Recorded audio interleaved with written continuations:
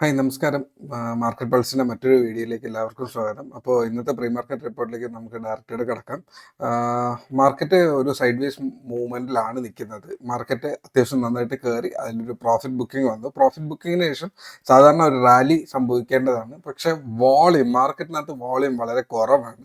അപ്പോൾ ആ ഒരു വോളിയം കുറവ് കാരണം അതുമാത്രമല്ല ഒരു റീബാലൻസിങ് അവിടെ നടക്കുന്നുണ്ട്. നമ്മുടെ FIIസിൻ്റെ പോർട്ട്ഫോളിയോക്ക് ഉള്ളിൽ എല്ലാ മൊത്തത്തിൽ മാർക്കറ്റിൻ്റെ ഹെവി വെയ്റ്റ് സ്റ്റോക്സിന് ഉള്ളിൽ ഒരു സെൽ ഓഫ് നടക്കുന്നുണ്ട്. നമ്മളത് അറിയുന്നില്ല എന്നുള്ളത് മാത്രമേ ഉള്ളൂ. റിലയൻസിലെ ICICI ബാങ്കിലും, പ്രത്യേകിച്ച് ICICI ബാങ്കിലും HDFC ബാങ്കിലും സെല്ലിങ് നടക്കുന്നുണ്ട്. ബിക്കോസ് ടോട്ടൽ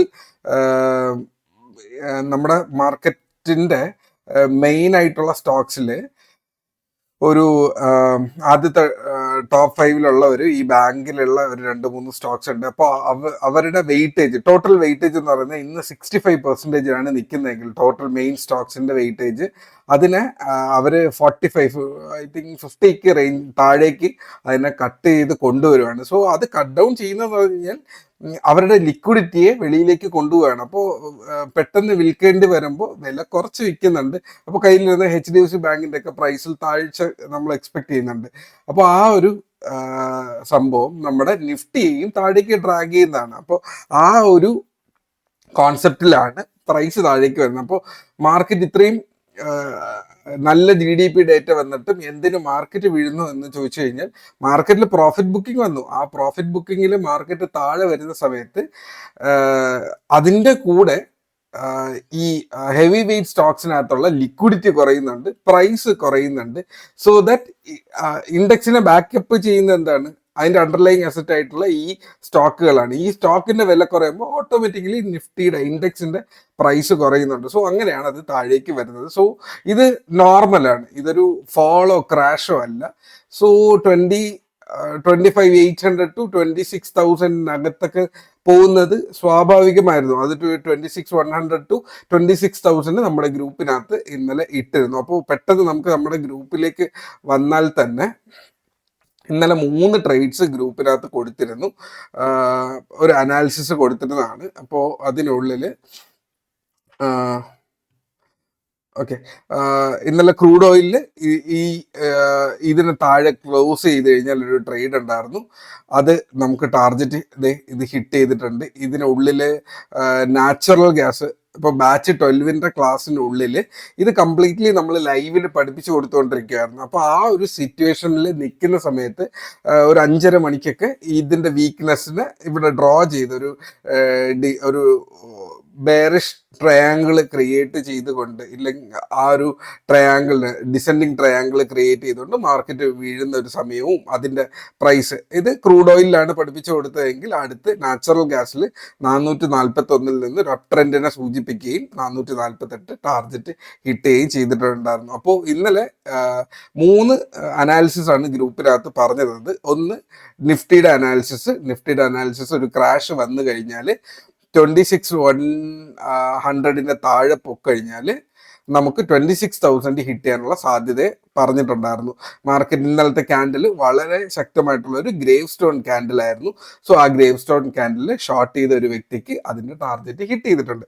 സിമ്പിൾ ആയിട്ടുള്ള ഒരു അനാലിസിസ് ആയിരുന്നു. ക്രൂഡ് ഓയിലാണെങ്കിലും അനാലിസിസ് ഞാൻ ഇവിടെ അല്ല ഇടുക, ഓക്കെ, എങ്കിലും ക്രൂഡ് ഓയിലും അതിൻ്റെ റെസിസ്റ്റൻസിൻ്റെ താഴെ വന്ന സമയത്ത് ഒരു ട്രേഡ് അവിടെ ഉണ്ടായിരുന്നു. ഇത് കണ്ടാൽ നിങ്ങൾക്ക് മനസ്സിലാവും, ഇതൊന്ന് സ്ലോ ചെയ്ത് കർവ് ചെയ്ത് വരുന്നുണ്ട്. സോ ഈ ഹൈന് മേളിൽ അടുത്തൊരു ഹൈന് വരാൻ പറ്റുന്നില്ല. സോ അവിടെ തന്നെ ഒരു ഷോർട്ടിങ് ഓപ്പർച്യൂണിറ്റി ഇന്നലെ പറഞ്ഞു കൊടുത്തിട്ടുണ്ടായിരുന്നു. അതിനുശേഷം അതിൻ്റെ ഈ ഒരു ക്യാൻഡിൽ അത് ബ്രേക്ക് ചെയ്യുകയും അതിൻ്റെ ടാർഗറ്റ് വന്ന് ഹിറ്റ് ചെയ്ത് തിരിച്ച് ബൗൺസ് ചെയ്ത് വരികയും ചെയ്തു.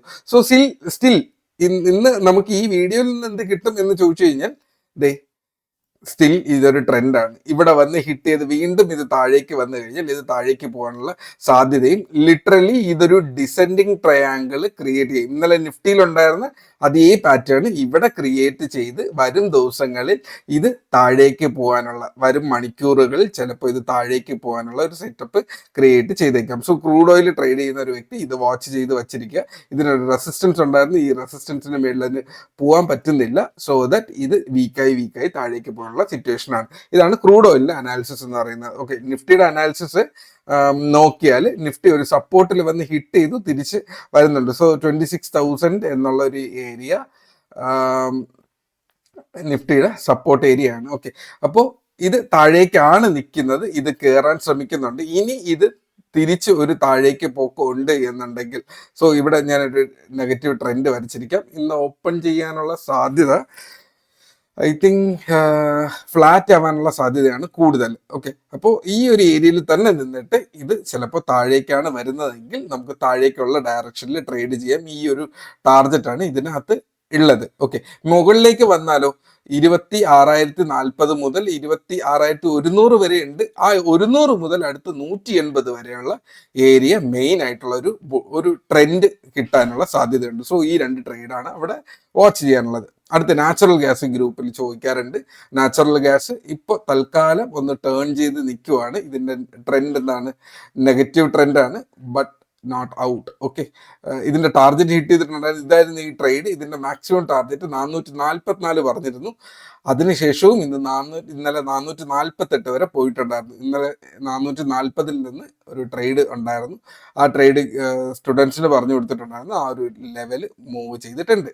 ഓക്കെ, അടുത്തത് ഈ ഒരു ലെവല് നിങ്ങൾക്ക് നോക്കാം അല്ലെ. ഇത് ഇവിടെ ഹിറ്റ് ചെയ്തു, തിരിച്ചിവിടെ ഹിറ്റ് ചെയ്തു, പറ്റിയില്ല, താഴെ വന്നു, തിരിച്ച് കയറിപ്പോയി. ഇത് ഇവിടെ നിന്ന് സപ്പോർട്ട് എടുത്തു, ഈ സപ്പോർട്ടിൽ തന്നെ നിൽക്കുന്നുണ്ട്. ഇതിന്റെ ലോ ബ്രേക്ക് ചെയ്യപ്പെടുകയാണെങ്കിൽ ഈ 428 കിട്ടാനുള്ള സാധ്യത ഉണ്ട്. ഓക്കെ, അപ്പോൾ ഈ ഒരു നെഗറ്റീവ് ട്രെൻഡിലോ ഇല്ലെങ്കിൽ ഇത് ഇവിടെ നിന്ന് സപ്പോർട്ട് വന്ന് ഇത് 440 മേളിൽ ഇല്ലെങ്കിൽ 442 മേളിൽ സ്ട്രോങ് ആയിട്ട് കയറുവാണെങ്കിൽ തിരിച്ച് 448 ഓർ ഹയർ വാല്യൂസിലേക്ക് പോകാനുള്ള സാധ്യതയുണ്ട്. ഈ 3 അനാലിസിസ് ആണ് തരാനുള്ളത്. കഴിഞ്ഞ ദിവസങ്ങളിൽ ഈ 3 ട്രേഡും ഷെയർ ചെയ്തിട്ടുണ്ടായിരുന്നു. ഈ 3 ട്രേഡും വളരെ മനോഹരമായിട്ട് ടാർഗറ്റ് പോയി ഹിറ്റ് ചെയ്തിട്ടുണ്ടായിരുന്നു. ഓക്കെ, ഇതിനിടയിൽ ക്രൂഡ് ഓയിലിൽ ഞാൻ ഒരു ട്രേഡ് എടുത്തിട്ടുണ്ടായിരുന്നു. ഇത്രയേ ഉള്ളൂ. മെനഞ്ഞാന്നും ക്രൂഡ് ഓയിലിൽ ഒരു ട്രേഡ് ഉണ്ടായിരുന്നു. അതും ഞാൻ പ്രോഫിറ്റ് ബുക്ക് ചെയ്ത്, അത് നെഗറ്റീവ് സൈഡിലായിരുന്നു, അതും ഗ്രൂപ്പിനകത്ത് ഇട്ടിട്ടുണ്ട്. സോ നമ്മുടെ കമ്മ്യൂണിറ്റിക്കുള്ളിൽ നല്ല കുറച്ച് അനാലിസിസ്, എല്ലാ മണിക്കൂറിലും അനാലിസിസ് പറയുന്നില്ല, പക്ഷെ രാവിലെ പറയുന്ന അനാലിസിസ് ഏതെങ്കിലും മണിക്കൂറുകളിൽ വന്ന് ഹിറ്റ് ചെയ്യുന്നുണ്ട്. സോ അതിൽ ട്രേഡ് ചെയ്യുന്ന ഒരു വ്യക്തിക്ക്, SL വെക്കുന്ന ഒരു വ്യക്തിക്ക് വേറെ പ്രശ്നമില്ല. വല്ലപ്പോഴും ഒരു SL ഹിറ്റ് ചെയ്യുന്നുണ്ട്, that is completely normal, right? നല്ല ട്രേഡ്സ് കിട്ടുന്നുമുണ്ട്. സോ ഈ അനാലിസിസ് എടുക്കുന്ന ഒരു വ്യക്തി വളരെ ഹാപ്പിലി പോകുന്നുണ്ട്. എനിക്ക് പലപ്പോഴും സ്ക്രീൻഷോട്ട് കാണിക്കുന്നുണ്ട്, SL വയ്ക്കാത്ത സിറ്റുവേഷൻസ് കാണാറുണ്ട്. സോ ബെറ്റർ SL വെച്ച് തന്നെ കാര്യങ്ങൾ മുന്നിലേക്ക് കൊണ്ടുപോകുക. 8 മിനിറ്റ് ആയിട്ടുണ്ട്. സോ നല്ലൊരു ദിവസം നേരുന്നു. Trade safe, take care, by.